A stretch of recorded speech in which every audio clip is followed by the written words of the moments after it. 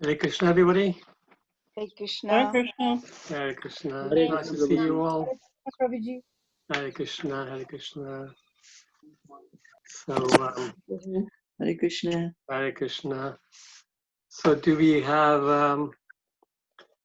Divya Gaurangi Mataji on the call? Yes, I can see her. Hare Krishna, Prabhuji. Hare Krishna. So, I think what we did last time was Divya Gaurangi Mataji chanted the Sanskrit very nicely. And Santosh Mataji, is she around also? Yes, she's there. Yes, so maybe we can just repeat that. That went worked very nicely last time, the Sanskrit and English with two different people. So if you can start, please. Yeah, we can start reciting the verses. Well, let me just share the document first. 1 second. Okay. Hare Krishna, Prabhuji. Hare Krishna.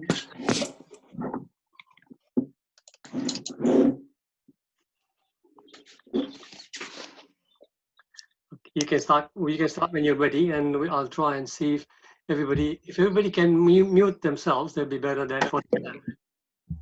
Prabhuji, can I ask, are we stopping at 8 o'clock to Oh yes, yes, please, yes. We should definitely stop at 8 o'clock and take a 5-minute break to go out and clap for the NHS and the K workers, and then we start again. Thank So you. you let us know when to Yes, stop. yes. I All will. right. I Thank you will. very much. Thank you. Thank you. Hare Krishna. Hare Krishna. Hare Krishna. Hare Krishna. Om Namo Bhagavate Vasudevaya.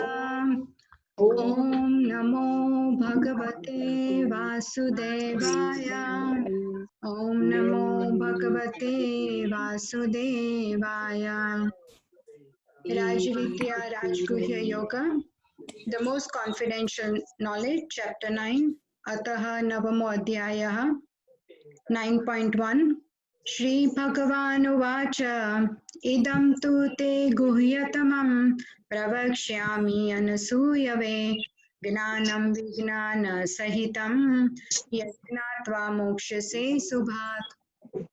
The Supreme Personality of Godhead said, "My dear Arjuna, because you are never envious of me, I shall impart to you this most confidential knowledge and realization, knowing which you shall be relieved from the miseries of material existence." 9.2 Rajvidya Rajguhyam Pavitram Idamuttamam Pratyakshavagamam Dharmyam Susukham Kartum Avyayam.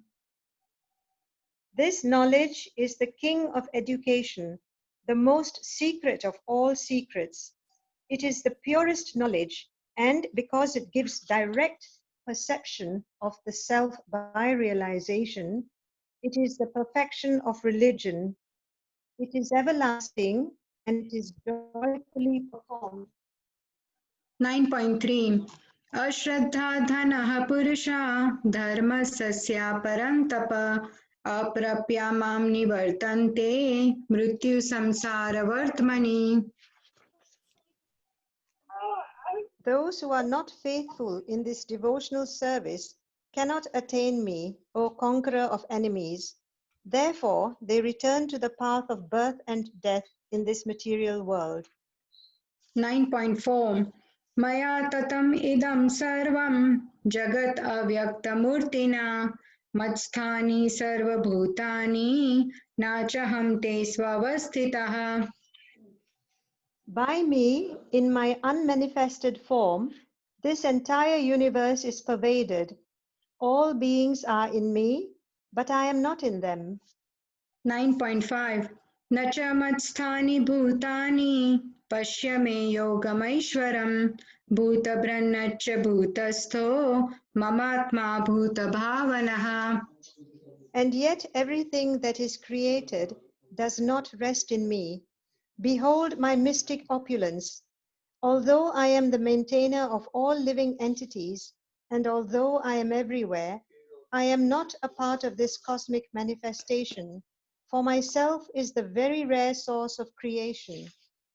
9.6 Yathakasha sthito nityam vayuh sarvatra go mahan tatha sarvani bhutani matsthani upadharaya.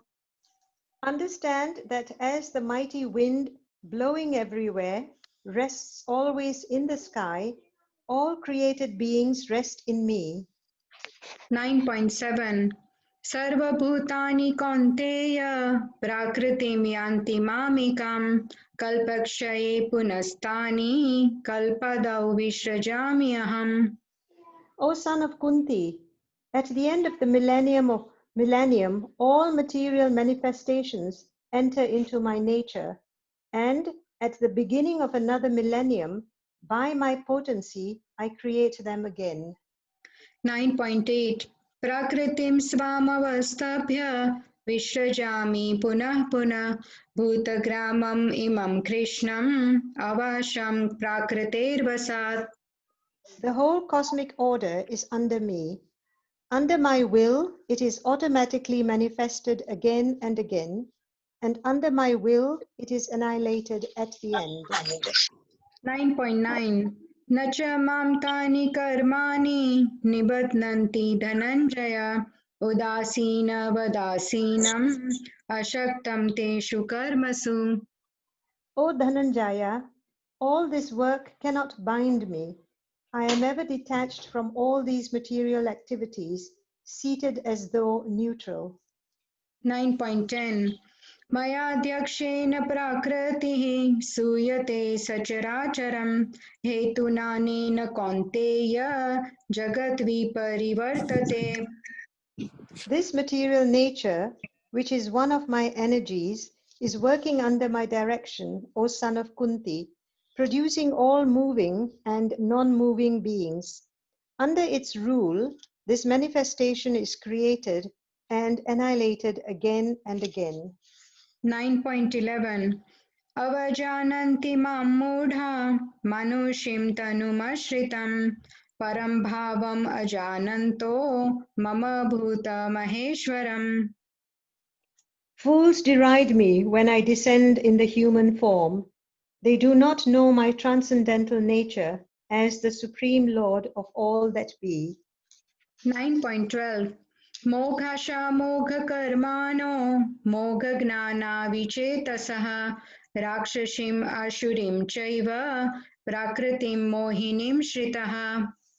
Those who are thus bewildered are attracted by demonic and atheist views. In that deluded condition, their hopes for liberation, their fruitive activities, and their culture of knowledge are all defeated.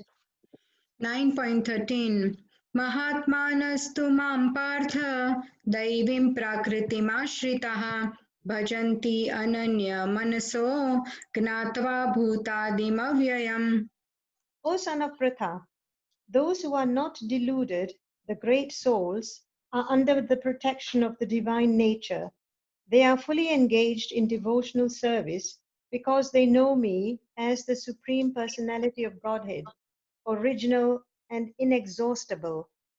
9.14 सततं कीर्तयन्तो मां यतन्तश्च दृढव्रतः नमस्यन्तश्च मां भक्त्या नित्ययुक्ता उपासते. Always chanting my glories, endeavoring with great determination, bowing down before me, these great souls perpetually worship me with devotion. 9.15 ज्ञानयज्ञेन चापि अन्ये यजन्तो मामुपासते एकत्वेन पृथक्त्वेन बहुधा विश्वतो मुखम्. Others who engage in sacrifice by the cultivation of knowledge worship the Supreme Lord as the one without a second, as diverse in many, and in the universal form. 9.16 अहं क्रतुरहं यज्ञः स्वधाहम् अहम् औषधम् मन्त्रोऽहम् अहम् एवाज्यम् अहम् अग्निरहं हुतम्. But it is I who am the ritual, I the sacrifice, the offering to the ancestors, the healing herb, the transcendental chant. I am the butter and the fire and the offering. 9.17 पीताहम् अस्य जगतो माता धाता पितामहः वेद्यं पवित्रम् ओंकार ऋक्साम यजुरेव च. I am the father of this universe, the mother, the support, and the grandsire. I am the object of knowledge, the purifier, and the syllable Om. I am also the Rig, the Sama, and the Yajurvedas. 9.18 गतिर्भक्तास्प्रभा साक्षी निवासः शरणं सृहत् प्रभावः प्रलयास्थानं निधनं बीजमव्ययम्. I am the goal, the sustainer, the master, the witness, the abode, the refuge, and the most dear friend. I am the creation and the annihilation, the basis of everything, the resting place and the eternal seed. 9.19 तपामि अहमहं वर्षं निगृह्णामि उत्सृजामि च अमृतं चैव मृत्युश्च सत् असच्चाहमर्जुन. O Arjuna, I give heat and I withhold and send forth the rain. I am immortality and I am also death personified. Both spirit and matter are in me. 9.20 त्रैविद्यमां सोमपापूतपापा यज्ञैरिक्ष्वा स्वर्गतिं प्रार्थयन्ते ते पुण्यमासाद्य सुरेन्द्रलोकम् अश्नान्ति दिव्यान् दिवि देव भोगान्. Those who study the Vedas and drink the Soma juice, seeking the heavenly planets, worship me indirectly. Purified of sinful reactions, they take birth on the pious heavenly planet of Indra, where they enjoy godly delights. 9.21 ते तं भुक्त्वा स्वर्गलोकं विशालं क्षीणे पुण्ये मृत्युलोकं विशान्ति एवं त्रयी धर्ममनो प्रपन्ना गतागतं कामकामा लभन्ते. When they have thus enjoyed vast heavenly sense pleasure and the results of their pious activities are exhausted, they return to this mortal planet again. Thus, those who seek sense enjoyment by adhering to the principles of the three Vedas achieve only repeated birth and death. 9.22 अनन्याश्चिन्तयन्तो मां ये जनः पर्युपासते तेषां नित्याभियुक्तानां योगक्षेमं वहाम्यहम्. But those who always worship me with exclusive devotion, meditating on my transcendental form, to them I carry what they lack and I preserve what they have. 9.23 येऽपि अन्यदेवता भक्ता यजन्ते श्रद्धयान्वितः तेऽपि माम् एव कौन्तेय यजन्ति अविधिपूर्वकम्. Those who are devotees of other gods and who worship them with faith actually worship only me, O son of Kunti, but they do so in a wrong way. 9.24 अहं हि सर्वयज्ञानां भोक्ता च प्रभुरेव च न तु माम् अभिजानन्ति तत्त्वेन तस्यवन्ति ते. I am the only enjoyer and master of all sacrifices. Therefore, those who do not recognize my true transcendental nature fall down. 9.25 यान्ति देवव्रता देवान् पितॄन् यान्ति पितृव्रतः भूतानि यान्ति भूतेज्य यान्ति मद्याजिनोऽपि माम्. Those who worship the demigods will take birth among the demigods. Those who worship the ancestors go to the ancestors. Those who worship ghosts and spirits will take birth among such beings. And those who worship me will live with me.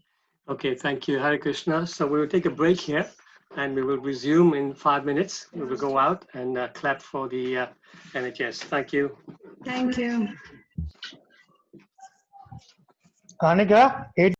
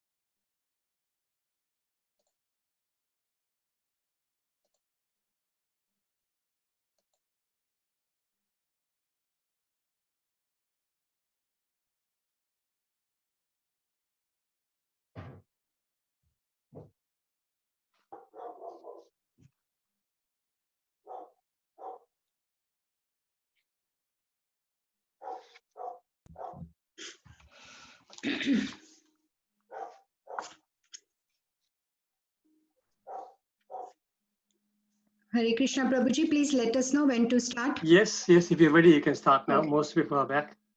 Yes, I'm ready as well. Okay, Hare Krishna. Hare Krishna. 9.26 Patram pushpam phalam toyam yo me bhaktya prayachati tad aham bhakti uparatam ashnami prayatatmanah. If one offers me with love and devotion a leaf, a flower, fruit, or water, I will accept it. 9.27 Yat karosi yad asnashi yad juhosi dadasi yat tapasyasi kaunteya tat kurushva madarpanam. Whatever you do, whatever you eat, whatever you offer or give away, and whatever austerities you perform, do that, O son of Kunti, as an offering to me. 9.28 Shubha Falairevam Mokshase Karma Bandhanai Sannyasa Yoga Yukta Vimukto Mamupaishyasi. In this way, you will be freed from bondage to work and its auspicious and inauspicious results. With your mind fixed on me in this principle of renunciation, you will be liberated and come to me. 9.29 Samoham sarvabhuteshu na me dveshyosti na priyah ye bhajanti tu mam bhaktya mai te teshu cha. I envy no one, nor am I partial to anyone. I am equal to all. But whoever renders service unto me in devotion is a friend, is in me, and I am also a friend to him. 9.30 Api chet suduracharo bhajate mamananya bhak sadhureva samantavyah samyak vyavasthito hishaha. Even if one commits the most abominable action, if he is engaged in devotional service, he is to be considered saintly because he is properly situated in his determination.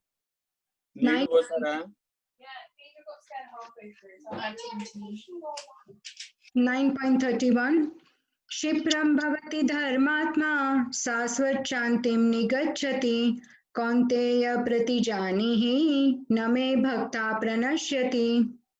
He quickly becomes righteous and attains lasting peace. O son of Kunti, declare it boldly that my devotee never perishes.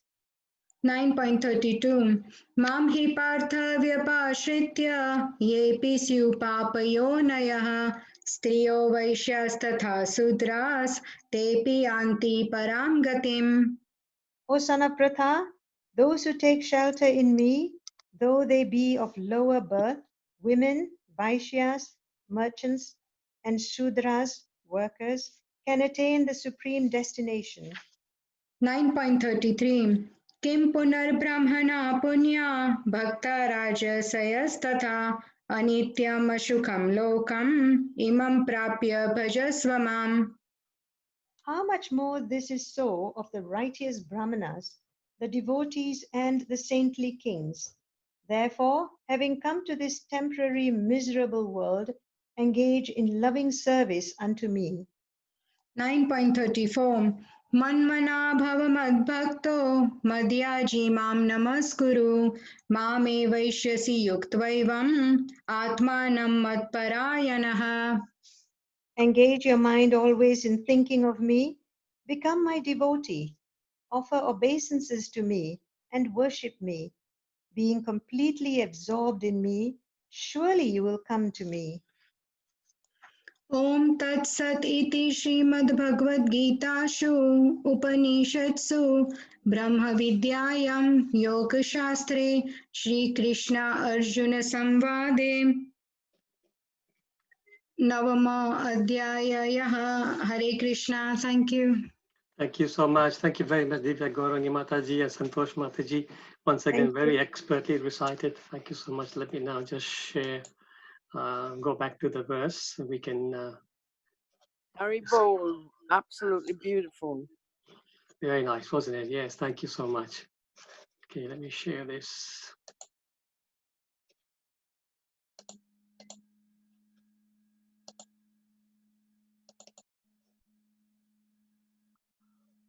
Right, so we are on text 3 today. So we will recite this once again. Om Namo Bhagavate Vasudevaya.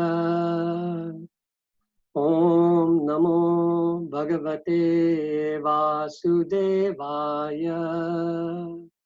Om Namo Bhagavate Vasudevaya. So we're reading from Bhagavad Gita, chapter 9, text 3. Ashraddadana Purusha Dharmasyasya Parantapa Aprapya Mam Nivartante Mrityu Samsara Vartmani. Translation: those who are not faithful in this devotional service cannot attain me, O conqueror of enemies. Therefore, they return to the path of birth and death in this material world. Purport by Srila Prabhupada Ki ch9. The faithless cannot accomplish this process of devotional service. That is the purport of this verse. Faith is created by association with devotees. Unfortunate people, even after hearing all the evidence of Vedic literature from the great personalities, still have no faith in God. They are hesitant and cannot stay fixed in devotional service of the Lord. Thus, faith is most important. Thus, faith is a most important factor for progress in Krishna consciousness. In the Chaitanya Charitamrita, it is said that faith is the complete conviction that simply. It is said that the faith is the complete conviction that simply by serving the Supreme Lord Sri Krishna, one can achieve all perfection. That is called real faith. It's stated in Srimad Bhagavatam 4:31-14.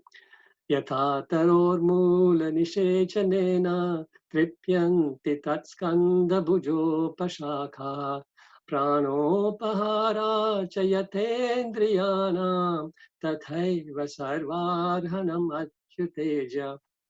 By giving water to the root of a tree, one satisfies its branches, twigs, and leaves.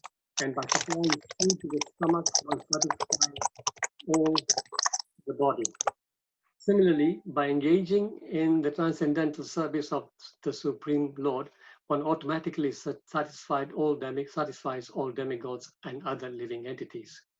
Therefore, after reading Bhagavad Gita, one should promptly come to the conclusion of Bhagavad Gita. One should give up all other engagements and adopt the service of the Supreme Lord Krishna, the personality of Godhead. If one is convinced of this philosophy of life, that is faith. Now, the development of faith is the process of Krishna consciousness. There are three divisions of Krishna conscious men. In the third class, there are those who have no faith. Even if they are officially engaged in devotional service, they cannot achieve the highest perfectional stage. Most probably, they will slip after some time. They may become engaged, but because they haven't complete conviction and faith, it is very difficult for them to continue in Krishna consciousness. We have practical experience in discharging our missionary activities that some people come and apply themselves to Krishna consciousness with some hidden motive. And as soon as they are economically a little well situated, they give up this process to take on their old ways again. It is only by faith that one can advance in Krishna consciousness. As far as the development of faith is concerned, one who is well versed in the literature of devotional service and has attained the state of self-praise is called a first-class person in Krishna consciousness. And in the second class, those who are not very advanced in understanding the devotional scriptures, but who automatically have faith that Krishna Bhakti or service to Krishna is the best course, so in good faith have taken it up. Thus, they are superior to the third class, who have neither perfect knowledge of the scriptures nor good faith, but by association and simplicity, they are trying to follow. The third class person is very fall down, but when one is in the second class. Sorry to interrupt you. Yes. Someone is making a lot of background noise. Can you please mute everybody? Just mute all 1 second. Yeah, mute all of them. I mean, they're just silly, you know. Okay, that should do it.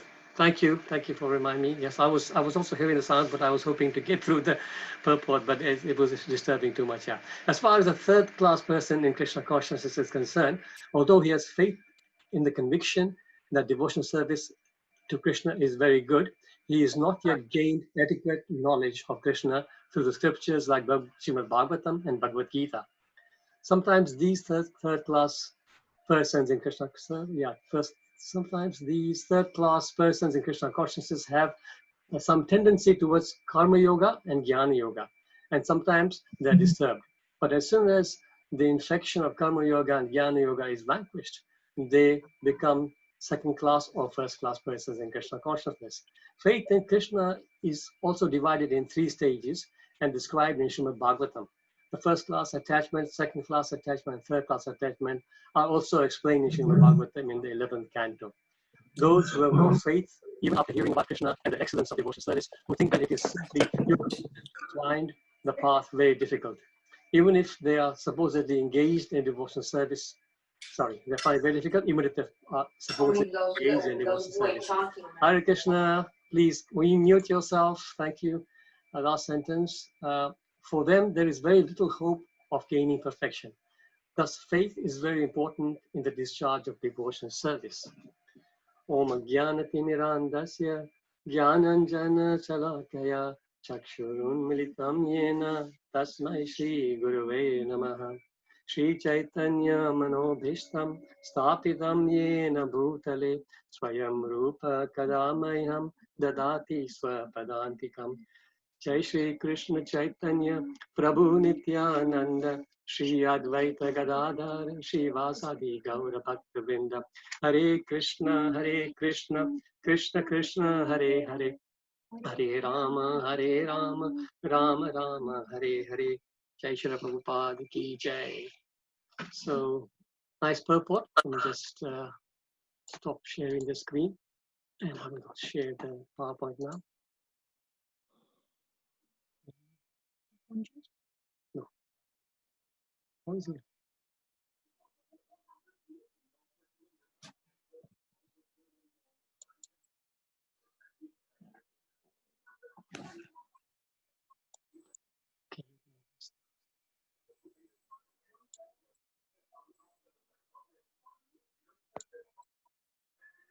Okay, so we are now in chapter 9, Bhagavad Gita, the most confidential knowledge.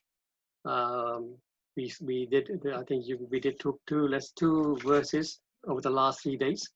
So we will be on to the 3rd verse. So we will, as usual, we'll just do a little recap. We're right in the beginning, but it's still important to remind ourselves where we are. 24 hours is a long time. Lots of things have happened in 24 hours, so we've already forgotten what we discussed yesterday. So here is the summary, and we will do it section by section. So basically the first 3 verses cover the knowledge and the eligibility that Krishna is mentioning. And because we just done the 2 verses, we will just go the translations of both the verses we've done so far. So text 1 said, the Supreme Personality of Godhead said, my dear Arjuna, because you are never envious of me, I shall impart to you this most confidential knowledge and realization, knowing which you shall be relieved of the miseries of material existence. And the second text was, this knowledge is the king of education, the most secret of all secrets. It is the purest knowledge, and because it gives direct perception of the self by realization, it is a perfection of religion. It is everlasting and joyfully performed. So these 2 verses, the very first verse talks about the eligibility, and the eligibility here, he say, Arjun, I'm speaking this to you because you are never envious to me. So non-envious, being non-envious and being faithful, these are the eligibilities. And the second verse talks about the actual knowledge, and the key words are susukam kartum avyayam. This particular knowledge is everlasting and joyfully performed. So this is the beauty of devotional service. It should never be arduous. It should be joyfully performed, because once our heart is in devotional service, then we will enjoy. And most of us, we have this experience. We could be at work all day long, really stressed out, really tired. But if we go to the temple and do darshan of the Lord, we're completely refreshed. And we even if we do some extra service, that service may be very manual and hardworking. Still, it is joyful. We don't feel tired after that. So we now recite today's verse. We did recite it already, didn't we? Yes, I did from the book. So the main points of this purport of the purport. Yeah, this what I'd like to try and do is not try and deviate too much from what Prabhupada has said. Wherever the purport is very small, then of course we need to sort of go a little bit out of the scope of the purport. But I try and remain as much as possible within the scope of the purport. So here, the first thing Prabhupada is saying, or the main thing Prabhupada is saying in the purport, is that faith is the most important factor for spiritual progress. So as we all know, most of us, well, all of us must be familiar with the nine processes of bhakti. So maybe we can remind ourselves. Anybody can. Well, faith we know is the first, is the beginning. Everybody must have at least a little faith to come to devotion service, to come to Krishna consciousness. So what comes next? You can just unmute yourself and just speak out. What comes next after faith? After faith? Shravanam Kirtanam. Yeah. Knowledge. Faith. No, faith. In terms of the nine processes, faith, and then Association. Yeah, Association. Yes, thank you. It's sadhu sangha, so association. So basically, how it works is that all of us on this call, for example, are here because we have some faith, and because we have some faith, we will then make the endeavor to go to the temple or go to a class or join a Zoom class to then associate with people. So the second stage is association, and then the third stage. Kirtanam. No, before that. See, don't confuse the nine processes, which are Shravanam, Kirtanam. That's different. These are 9 stages I'm talking about. This is is it Sambandha? Chanting. No. What happens?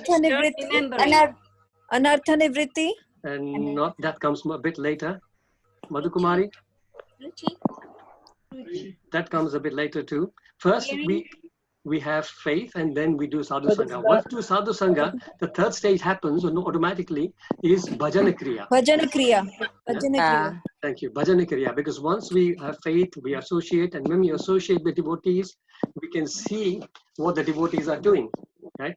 You can actually notice the devotees are dressing this way, the devotees are chanting this way, they are singing these bhajans. So we automatically, because of that association, we start to copy them. Actually, in the beginning, we just imitate them. We may not have much faith or much feeling, but by imitation, we go and buy a bead bag and beads, and we start to chant. So this is bhajana kriya. Then after bhajana kriya, what comes? Anartha Nivritti. Thank you. Yes. So Anartha Nivritti. At that time, once you start doing bhajana, once you start doing the devotional process, your anarthas are the offenses or the dirt in our heart. Krishna Prabhupada calls it, our heart is full of dirt.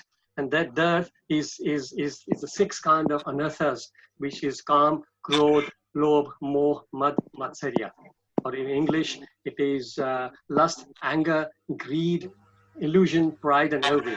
So these are the things that we will start to see gradually going away once we get to the Anartha Nivritti stage. And what comes next?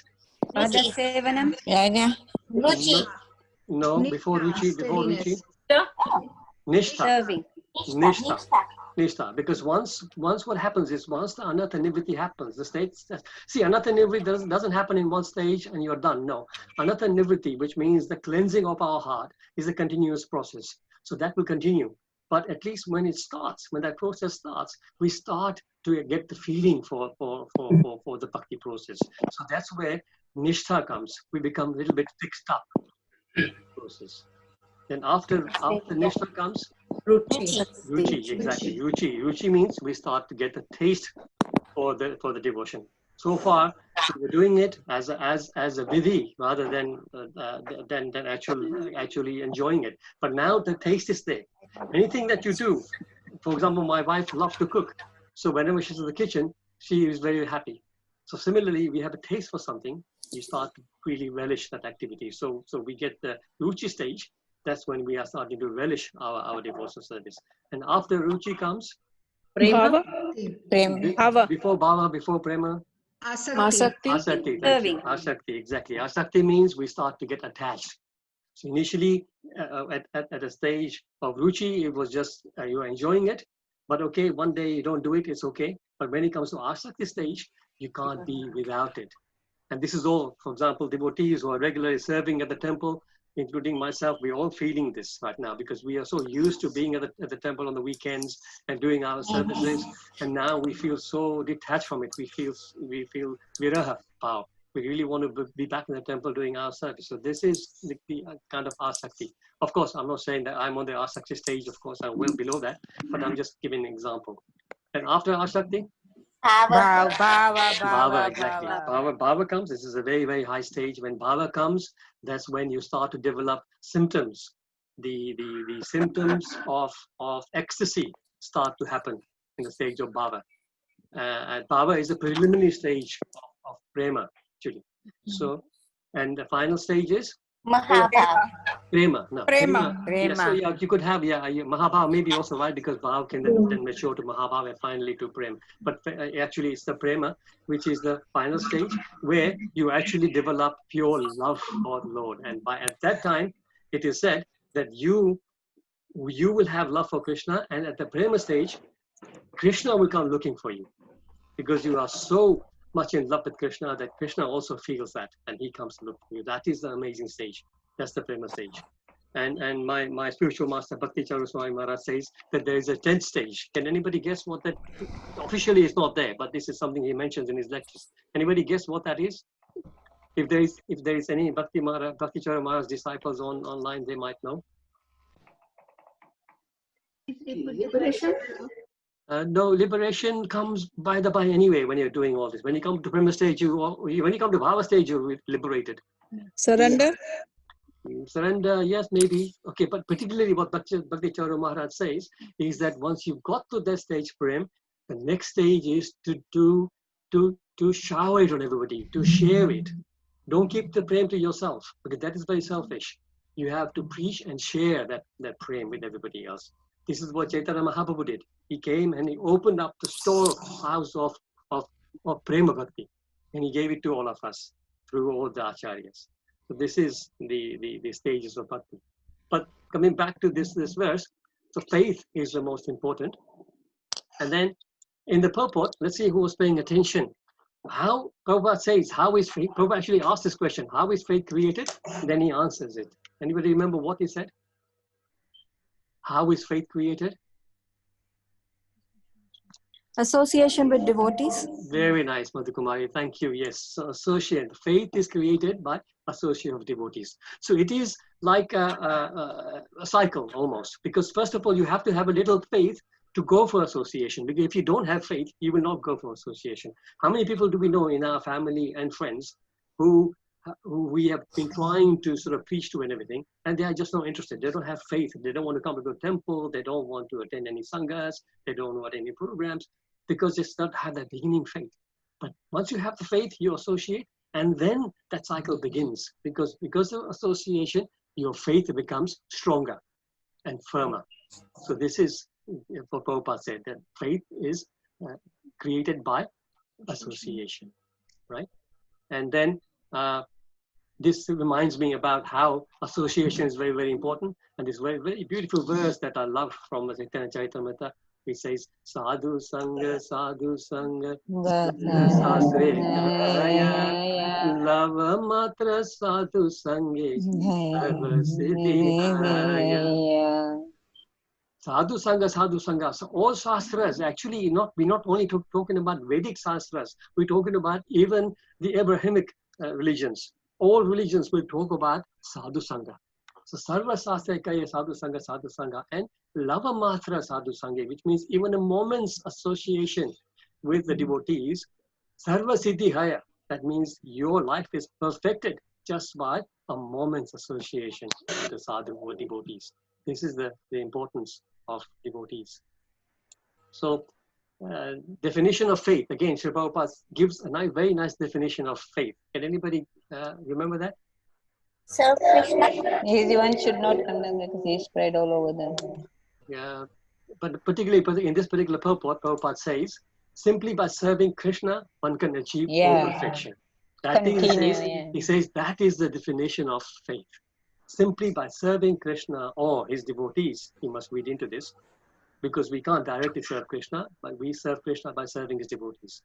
So Vaishnava Seva, by serving devotees, simply by serving devotees and Krishna, we can achieve all perfection. That is the definition he gives. And then he gives this beautiful verse purport about how by just serving the devotees, we are serving everybody.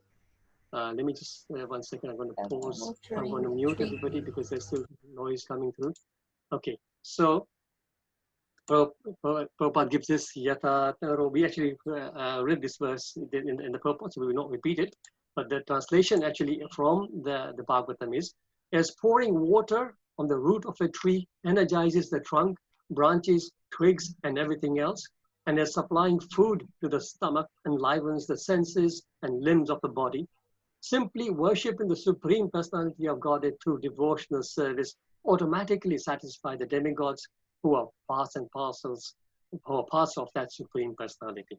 So what to speak of anybody else? Even the demigods are satisfied just by serving Krishna. So we don't have to endeavor separately to go and worship all 34 million or whatever, the 340 million demigods. Just by worshiping Krishna, everybody is satisfied.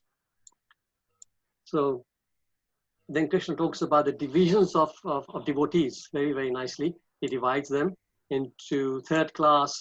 So third class devotees or the beginning devotees, we can say Kanishta Adhikaris, for example, may not have enough faith. They have not much knowledge of the scriptures. They may have some hidden motives. So people may have come with some, karma kandi kind of needs. We come to the temple because I want to get my son married, or I want to pass my exam, or I want to get a job, I want to get a promotion, these kind of hidden motives. But with these kind of devotees, generally what happens, Prabhupada explains, is that once their motive has been satisfied, then they stop coming. And I know of several examples of that kind of devotee. They will easily fall down. They will not stay. This is third class. Then is the second class, which is the Madhyam Adhikari. And they have firm faith. They may not be very learned in devotional scriptures, but never mind. Simply trying to follow and follow association and simplicity. So simplicity is very important in devotional service. We must not be duplicitous. We must be very simple in our approach to devotees and also to the philosophy. So this is important. And then the first class, the highest class, which is the Uttama Adhikari devotee. He has firm faith. He is well versed in all the devotional scriptures, and there's no chance of him falling down. So these are the three kind of devotees. But Prabhupada once mentioned in his lecture that although we're saying third class, and it sounds like, okay, we are denigrating them. But no, Prabhupada said that everybody who comes to Krishna consciousness is a devotee. Not just that. Once in a class, in early days in USA, Prabhupada actually mentioned that all devotees are pure devotees. So people were a bit surprised because they were saying, how can everybody be a pure devotee? So Prabhupada, then one devotee asked, Prabhupada, what about this devotee you only joined yesterday? Is he a pure devotee? Prabhupada said, yes, he's a pure devotee. I said, how so? So Prabhupada gave a very nice analogy. He says it's like a mango. The difference is green mango or ripe mango. When the mango is in the tree, it may be green, but if it remains in that tree, it will one day ripen and become a ripe mango. So similarly, if this devotee who's come yesterday, he is now a green mango. But if he remains in the association of devotees, if he remains in Krishna consciousness, he will become a ripe mango and become a pure devotee. So in that sense, everybody is a pure devotee. Prabhupada was so generous and so encouraging. So then, why do people lack faith? This is one question that people may ask. That it's so sweet, so super. Why do people lack faith lack faith? So it's generally said that there are only. Let me just use the mute again.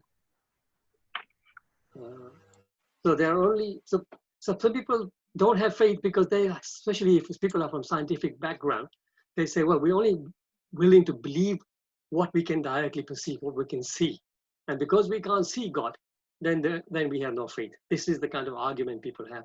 But then when you look at life, generally speaking, when we are day-to-day life, we have to have faith in so many different things to just live, to go by.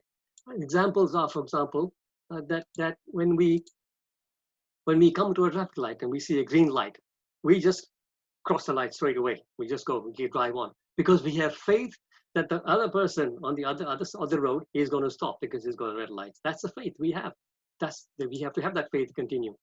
When we have some surgery done, we have to have the faith, the doctors, that they're going to do the right thing. We don't go to the hospital and ask for the certificate of the doctor to see what he's doing. No, we take it by faith, right? A pilot, when we're going to India or going to some yatra, we just get on the plane and we're just thinking about when the food is going to come, when they're going to serve the food, when they're going to have, show the movies. We're not thinking about the pilot. We have full faith in the fact that the pilot is going to do the right thing and take us safely to our destination. Faith. Then think about the faith that a judge, if this analogy, if this situation that the people are saying, I only believe what I see. If the judges said that we will only believe what we see, then the whole justice system will be chaos, because the judges have to take the evidences put forward by the defense and the prosecution lawyers. They can't just go to the place where this crime happened and check it out for themselves. So faith is there everywhere. We all have to rely on faith. So why not in Krishna, in devotional service? So there's a very nice story. I know we're running a little bit late. I'm going to just finish with this story. So there was a drought in a village in India, a very severe drought. And like almost for 3 or 4 years, there was no rain. So the crops didn't happen. Everybody was suffering. Actually, some people were starving almost to death. So then the sadhus, the devotees there, the people who were there, they decided to do a big havan, a big yagya, to try and please the lords, so the lords would give rain.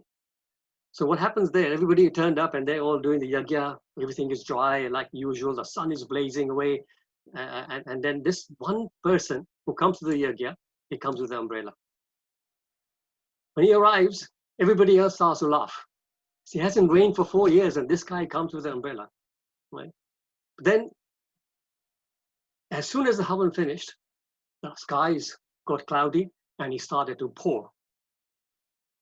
So obviously Krishna heard the plea and it started to rain. So all the other devotees came to this devotee and said, how come you also prepared? What happened?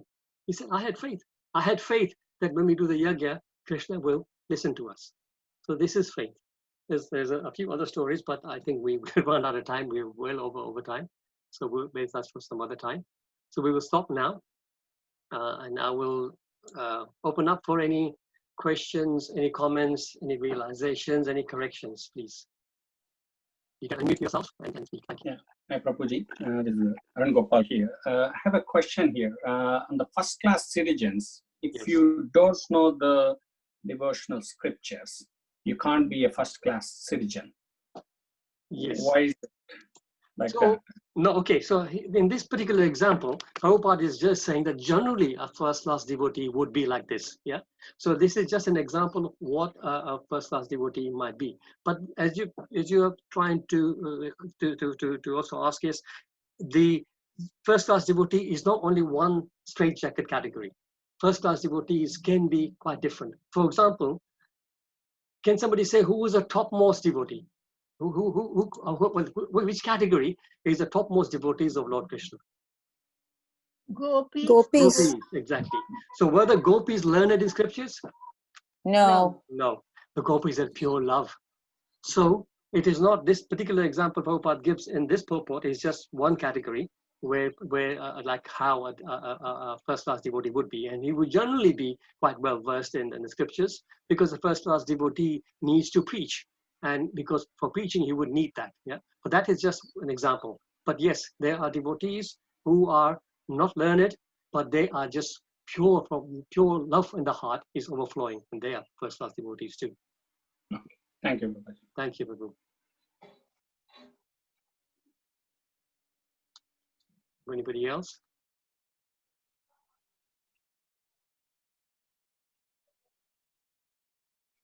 we've got 3, 4, 5 minutes more. So if you don't mind, maybe I'll go back and just finish that last story that I wanted to say about. That would be nice. Yeah, about what that was about was not faith, but how one who actually had zero faith or had very little faith, how his faith became very strong. And it's a very nice story which I'll share with you now. If I just go back to the sharing of the slideshow from God's. Yes, and then okay, so here we were here. So then the next thing was, okay, there was a soldier. They were fighting an army. It was a very, very tough war, and there was a time when their side of the army, they seemed like they were actually being defeated. The opposition army was advancing, and they were getting very aggressive. So these guys had to retreat. So all the troops started to go backwards, started to run. But the opposition army was very strong and very fast. They were catching up. So then there was one area where there were so many little caves like this you see in the picture.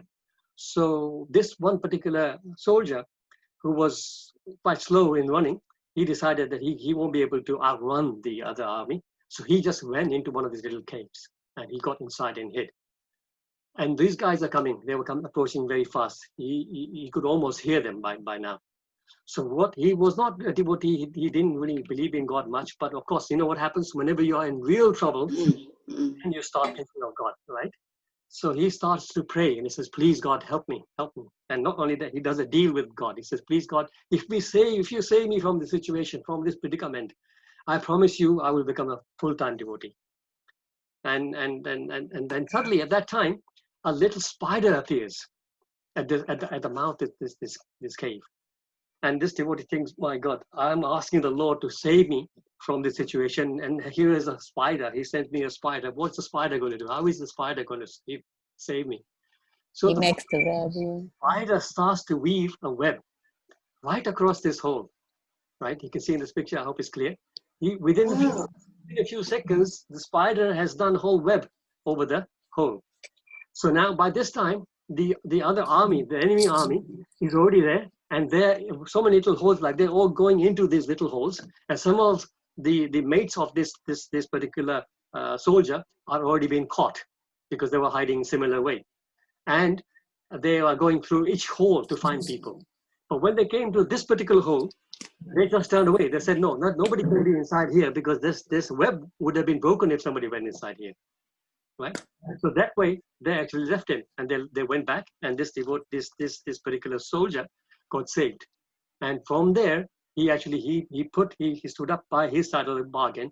He really got faith in God, and he became a full-time devotee. Was he the Muhammad prophet, wasn't he? I'm not sure. I haven't heard that side of it. Is it? Yes, Muhammad prophet was the one who. That's what they call it, Allah.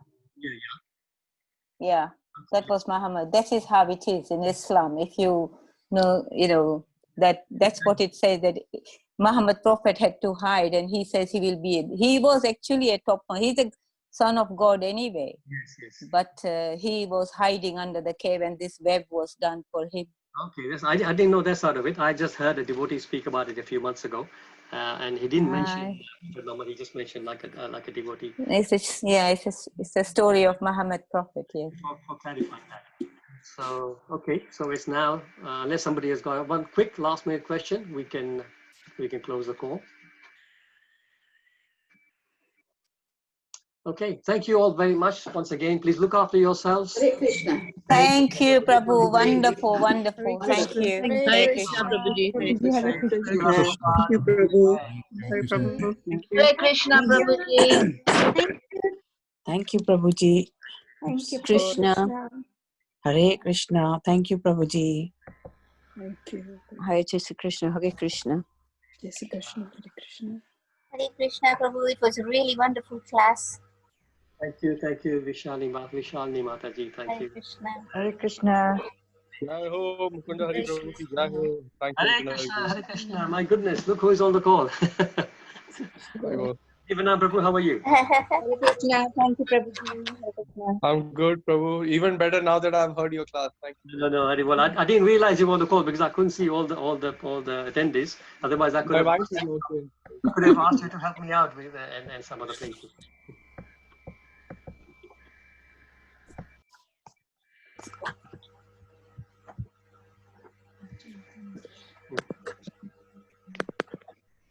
Hare Krishna Chandra Chaitanya Prabhu. Oh, he's just gone. Yeah.